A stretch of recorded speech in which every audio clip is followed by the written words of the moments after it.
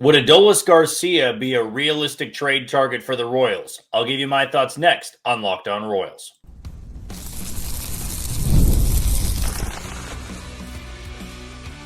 You are Locked On Royals, your daily Kansas City Royals podcast. Part of the Locked On Podcast Network, your team every day. You are tuned into another edition of Locked On Royals in the Locked On Podcast Network. I am your host, Jack Johnson. You can find me on Twitter at JohnnyJ_15. That's at JOHNYJ_15. You also can catch us on wherever you listen to podcasts. That can be Spotify, Apple Podcast, Amazon Music, Google Podcast, Odyssey, and YouTube. Just be sure to hit the follow button and subscribe. For you first-time listeners wondering how this channel works, I will be bringing you episodes Monday through Friday, 30-minute episodes in length, as well as 60-second YouTube shorts after all of the Royals games, though I haven't been the best at that of late. So we're going to try to be much better in the second half. But if I ever don't get one up, it doesn't really matter if I do or don't. We've got the Locked On Royals postcast, which is hosted by Chance Lebo. He comes to you live for about 15 to 20 minutes at the conclusion of all of the Royals games. And if he ever can't do it, then I would be the one that would be filling in. But you can always count on those Locked On Royals postcasts to close out the second half. Before we get started, I want to tell you that today's show is brought to you by Monarch Money.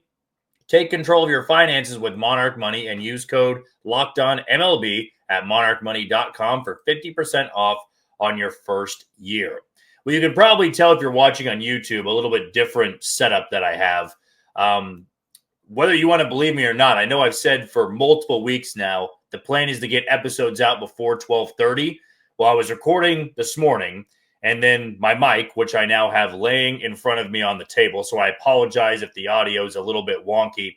It completely ripped off my mic stand over here. So a little bit later of an episode today because I wasn't able to record in time. But I'm going to try to super glue this thing, get it back together so that we can record tomorrow morning. If it still needs a little bit more time, you can count on a afternoon or late afternoon episode tomorrow. But it just feels like the problems never end here, whether it be the connection issues or it be the equipment issues. That's the latest for why we're having to push back some of our episodes. But you can always count on us putting them up. Just can't always guarantee, at least for right now, that it's going to be before 12:30. So to get right to it, Adolis Garcia, who we teased a little bit in the opening parts of today's show, is he a realistic target for the Kansas City Royals? And more importantly, does he make sense for the Royals? And the only reason I bring this up, and we're going to be doing this throughout the week, just because the Royals don't play until Friday, we'll have a few more episodes other than the Mailbag Friday, which might be dedicated to a couple of trade targets that might be out there. For starters, I'm just not sold that the Royals will be selling pieces. I've seen a couple of the trade proposals, the hypothetical trades that you guys have sent me. At this point, I don't envision this team selling. I don't envision them trading Seth Lugo or Carlos Estevez or Chris Bubich. I see them adding pieces and try to make a push in the second half, which we showed yesterday. They have the second easiest schedule among anybody in baseball for those final 65 games. So if you're going into the deadline hoping to buy, we know that the target is going to be a corner outfield bat. We've been saying that for 2 years now, though. They need a corner outfield bat. Who makes the most sense? It was Taylor Ward, and then they made a push for Anthony Santander, and it was Jurickson Profar and Randall Grichuk. Who really is going to be available and who's going to be within that price range? Well, Francis Romero, who covers international signings, he's great on Twitter if you're a big baseball fan, and he also covers some of the international players that are already in Major League Baseball. But he put this out yesterday morning that several teams have inquired about Adolis Garcia ahead of the upcoming trade deadline. And that is according to industry sources. Garcia is 32 and has shown an offensive resurgence in June and mid-July and leads all of right fielders in baseball with 14 defensive runs saved. The reason that I believe the Royals are one of those teams that's checked in on Garcia is the obvious one. He's a corner outfield bat that's performing this year like a league average hitter. His OPS plus is 3 or 4 points below league average, but he has been hotter of late, and he's OPSing over 800 in the month of July. He's a corner outfielder. So there's the other part that makes sense here. You have a league average bat, you got a corner outfielder. Those check off two things for the Royals and what they would be looking for. The third part for me is that this is a team the Royals have dealt with the last 2 years. They dealt with the Rangers in 2023 when they sent Aroldis Chapman to them for Cole Reagans and Ronny Cabrera. Last year, it was Walter Pennington for Michael Lorenzen. Why not this year? This would be maybe the biggest trade of them all, because back in 2023, Aroldis Chapman wasn't really what he is this year, which is an all-star. He was performing at a high rate, but it also was the first 3 months of the season. And Cole Reagans and Ronny Cabrera were unknown commodities to the rest of baseball. Last year, it was Michael Lorenzen, former all-star, had pitched in the postseason numerous times. Like, everybody knew who Michael Lorenzen was. Most of baseball did not know who Walter Pennington was. And that felt like we need bullpen depth. We need a starter. And the Royals and Rangers made that deal. The Royals are going to need a corner outfield bat. And Adolis García is somebody that back-to-back years has not been as good as he was in 2023, but still has tons of pop, is someone that might strike out a little bit too much. He certainly doesn't walk. But for a corner outfield bat, that would be the best they've had this season. I know the bar is not very high, but you have someone that you could pencil into the middle of your order and solve some of your problems. So what would it take to give up Adolis García if you are the Texas Rangers? I went and looked at their top 30 prospect list. They do have a catcher in their top 3. In fact, number 2 overall, and it was their first-round pick from last year. Want to say it was Malcolm Moore. I could be getting that wrong there. I know it's Malcolm as the first name, but you got a young catcher, number 2 prospect in your system, but he's the only catcher in their top 30. Does that mean some wiggle room for a trade there because the Rangers want to add another catcher? The Royals have 3 of them in their top 30, and Blake Mitchell, Carter Jensen, and Ramon Ramirez. Is that enough to get it done? Or are the Royals going to say, this is a 32-year-old outfielder, and even though we would have him for an extra year of control, we're not willing to part ways with one of our top catching prospects for a guy that may or may not turn things on. And I've been very vocal about that. If the Royals are going to make a trade, I need to know what I'm getting in the second half. I don't want to have this, well, it's a coin flip. He might turn things on, he might not. But Adolis García would be a league average bat, and a league average bat with power. He still hits the ball incredibly hard. He's playing better ball of late, unlike Brian Reynolds, who we've talked about and the Royals have been linked to, and I believe he would be in that price range. Now, let me clear things up. I do not believe this is the perfect fit. I really don't. The Rangers are actually ahead of you in the wild card race. They probably still have hopes of getting to the postseason. They just have an outfield that's a bit crowded right now. And they're not going to be giving you Wyatt Langford. They're not going to be giving you Evan Carter, right? They're not going to be giving you those younger top prospects they've had for years. Adolis García may no longer fit in their future plans, being a 32-year-old bat and 2 years removed from his 800-plus OPS season, where he had 30-plus home runs and 100-plus RBIs and was a postseason hero for the eventual World Series champion Texas Rangers.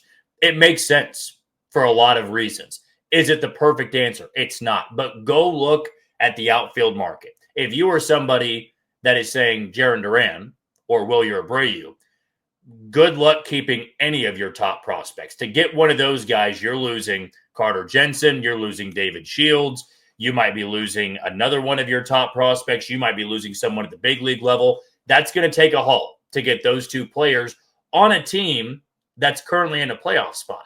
That's where the Rangers might be in that wheelhouse where they might believe they're buyers, but these next couple of games might dictate a lot. They know they're still a ways off from the Houston Astros, and they're chasing the Seattle Mariners. Not quite the same. In the American League Central, they're a half game back of second place, speaking of the Royals. And, the Rangers are not far from the Mariners, but they could be viewing this in a way of, we need to get more help. We need to get more talent in our farm system and try to mold them ourselves. So I could see a world in which it happens. I don't know what the exact asking price would be for Garcia on a team that is still in postseason contention. I'd imagine you'd have to lose one of your 3 catchers, though I'd say it's far more likely the Royals would send Ramon Ramirez than Blake Mitchell or Carter Jensen. That bat is not good enough for me to send two of those top catchers. Ramon Ramirez, still a lottery ticket in my opinion. He's in low A Colombia. He's been great, but still you've got two catchers that are ahead of him and two catchers that, have a lot of pedigree, and this is a guy who's a local kid in AAA, and then you've got your first round pick, a top 10 pick from 2 years ago. Ramon Ramirez, still more of a lottery ticket. Is that enough to get it done? You probably have to throw in another arm or two. We'll see, though. I just have a gut feeling that the Royals were one of those several teams that Romero was posting about that have checked in on Adolis Garcia. And I believe they need a league average bat, and they need Jack Caglione to play like a league average bat for the final 65 games to have a true shot at grabbing one of those final wild card spots. We'll take our first break of the show. When we come back, was there anybody that really popped in the Derby to me? And more importantly, am I all right with the format of the Home Run Derby?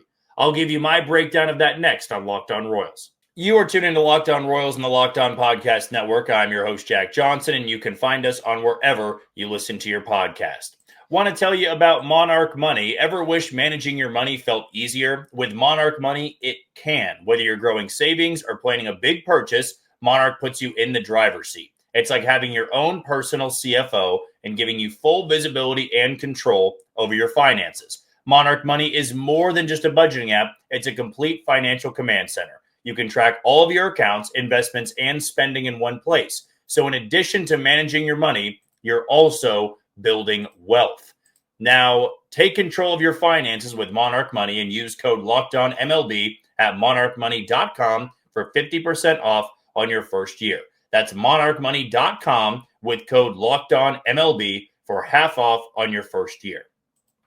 Cal Raleigh, a.k.a. Big Dumper, was the winner of the Home Run Derby last night. And I did sit down and watch the Home Run Derby. I was not going to be a stickler about it because no Royal was in it like last year where you had Bobby Witt Jr. And before that, it was Mike Moustakas in the Home Run Derby. I was forever bitter that Jorge Soler never had a chance as a Royal to be in the Home Run Derby. But maybe down the road, Jack Caglione can be that guy.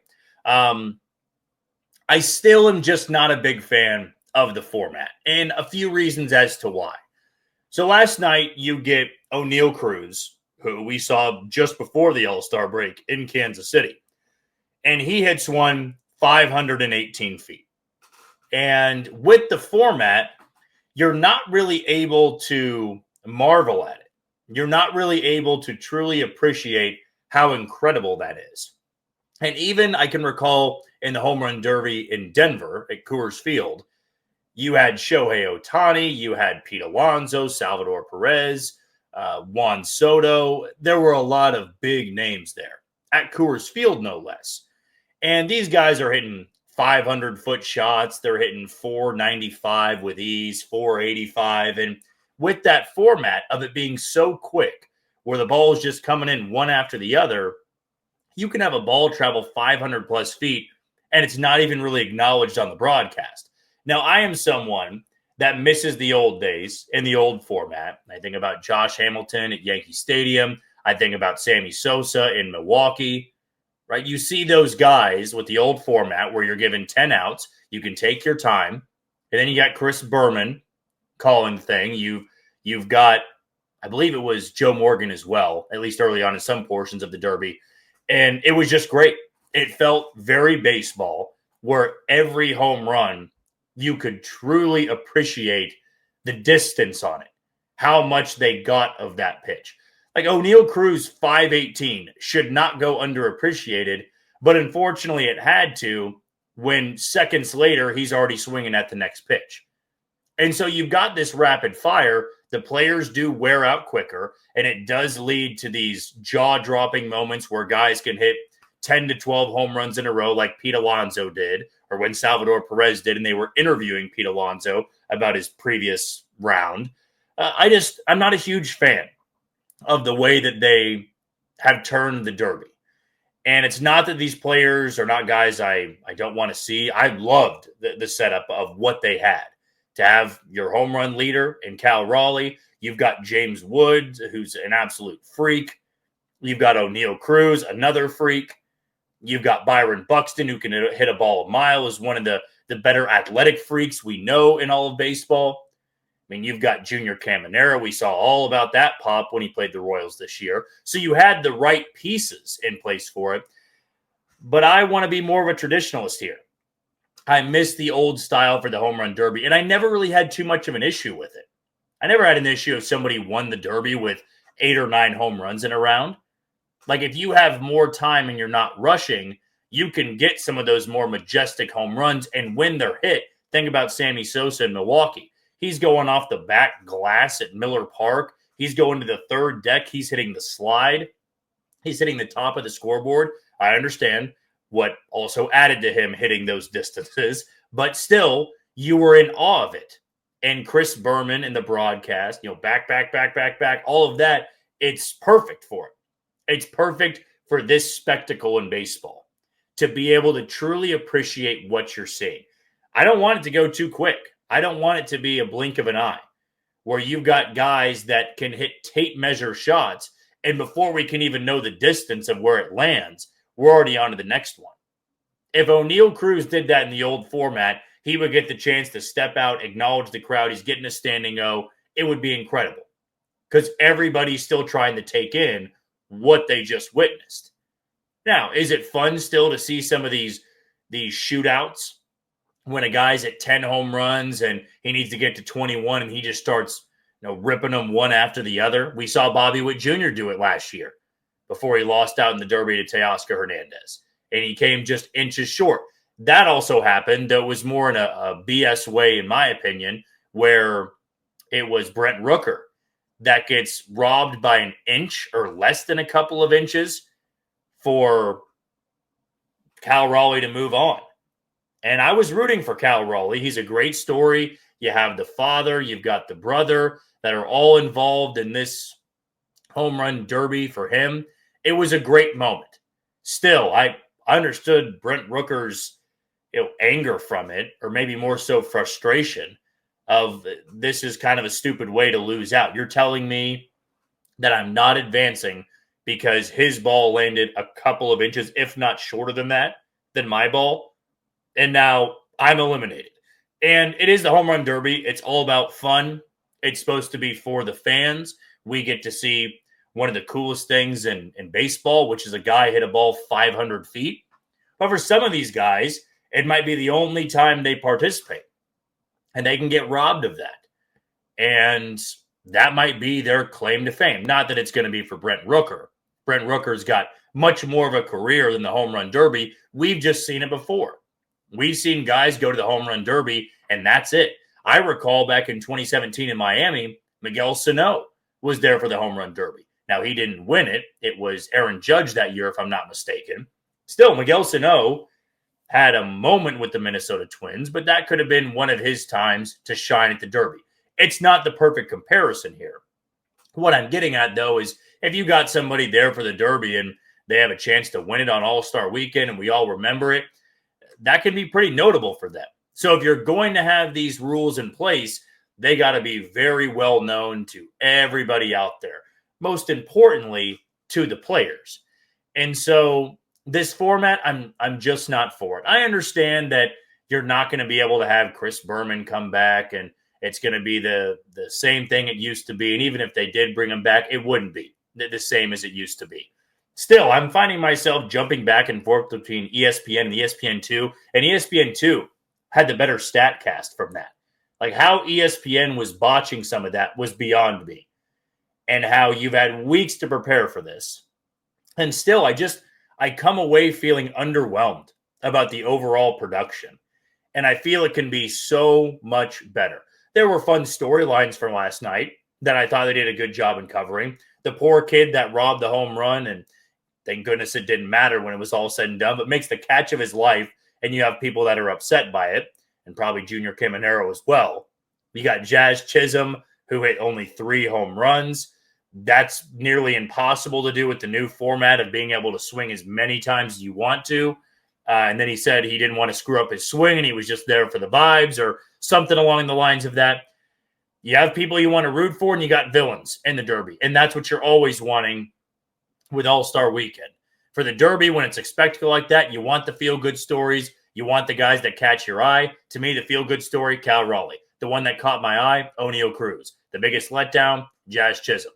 But Jazz Chisholm, being the villain that almost welcomes it, and I feel he'd say the same exact thing, he probably doesn't mind it, that he was the villain in the Derby and then he gave the fans what they wanted there. But overall, it was still cool to see some of those tape measure shots. I just want to be able to appreciate them more.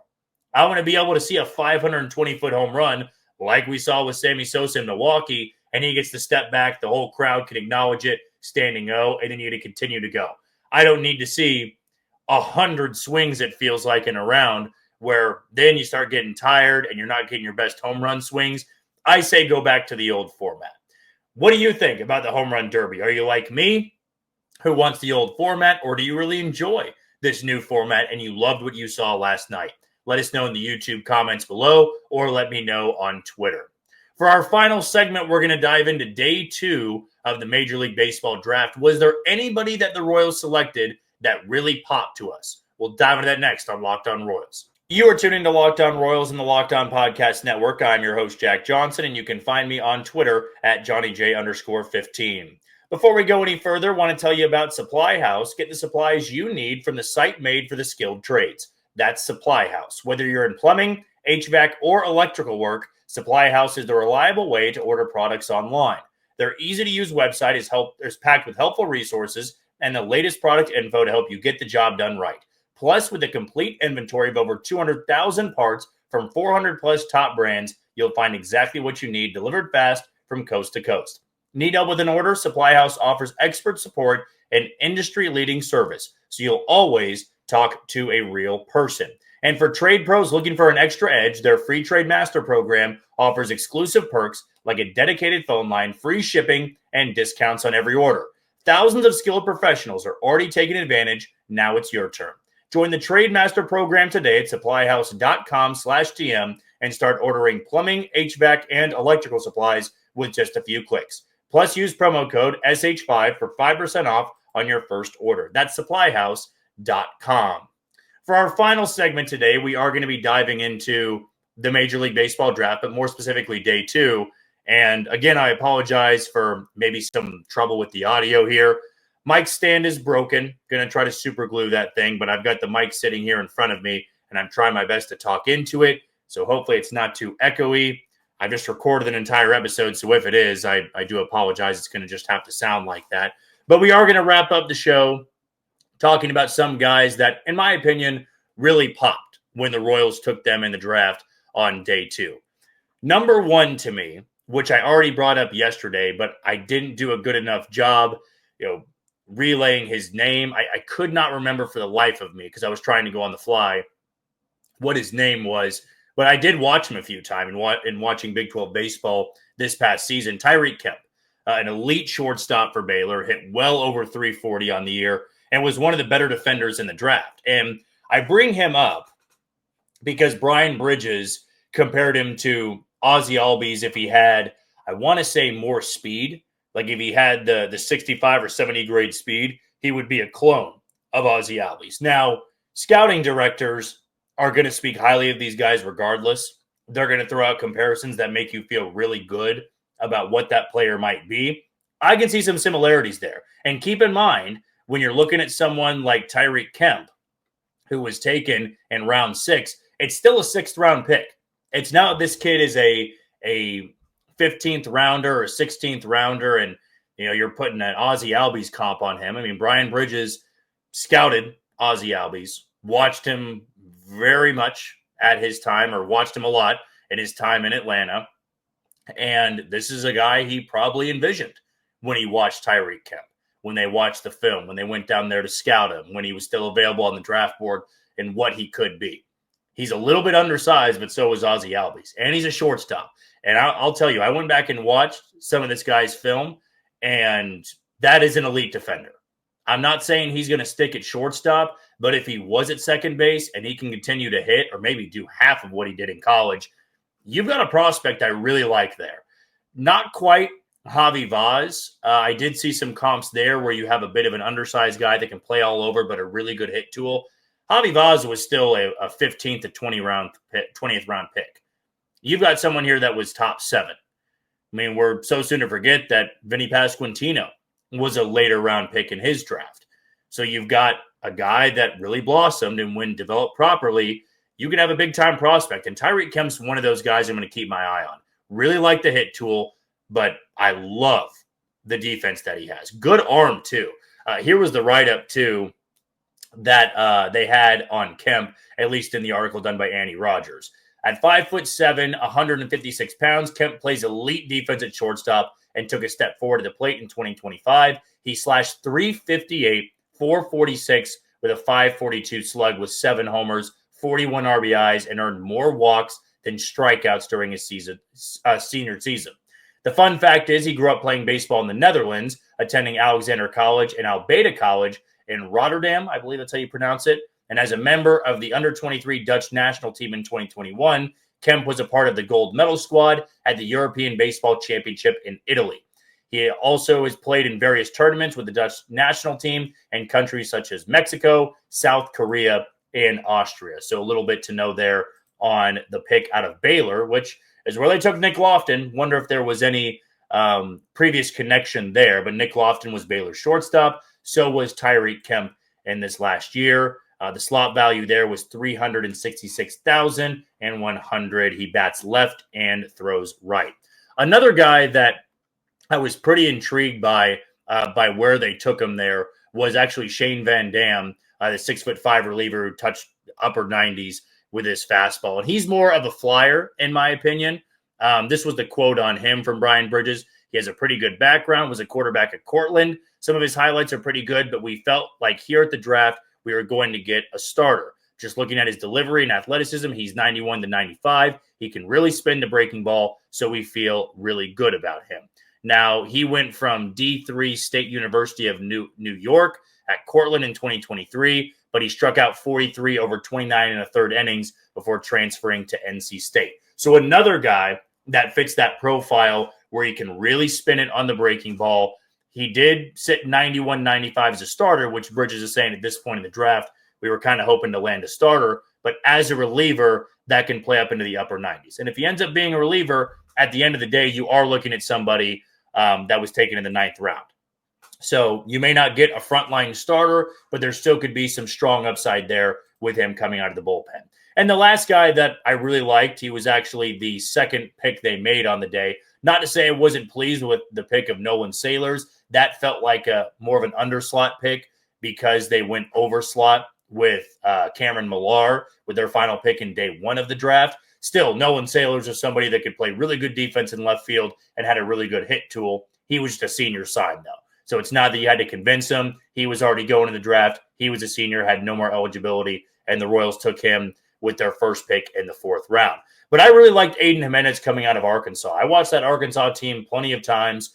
They had an elite rotation, an elite bullpen, and he was one of those guys that, yes, did deal with Tommy John surgery at one point, but mid-90s again, gets a lot of swing and miss with the cutter, the sweeper, and the changeup. And here's the fun fact on him, that Jimenez's father, Jason, and grandfather, Ken Hotman, both played in the big leagues. Jason Jimenez appeared in 6 total games in 2002 with the Rays and Tigers, while Hotman played in 6 games with the White Sox in 1971. So a bit of a legacy there. That's more of the fun fact, of course, as the article brings up. Still, I like the upside of being from that Arkansas pitching staff. They were so dominant all season long. They came up a little bit short in the College World Series. But, man, if you had the chance to watch Arkansas's pitching staff in 2025, that was the reason they were as good as they were. Still a strong offense, but everybody that came out of that bullpen and everybody that threw in that rotation, I mean, you saw it with Gage Wood and his 19 strikeout no-hitter against Murray State, wasn't it, I believe, in the College World Series. They had a bunch of arms out there. And Jimenez was one of those guys. And I'm excited to see what the Royals might see in him once he finally gets in the organization. Well, that's going to do it for another edition of Locked On Royals and the Locked On Podcast Network. I have been your host, Jack Johnson.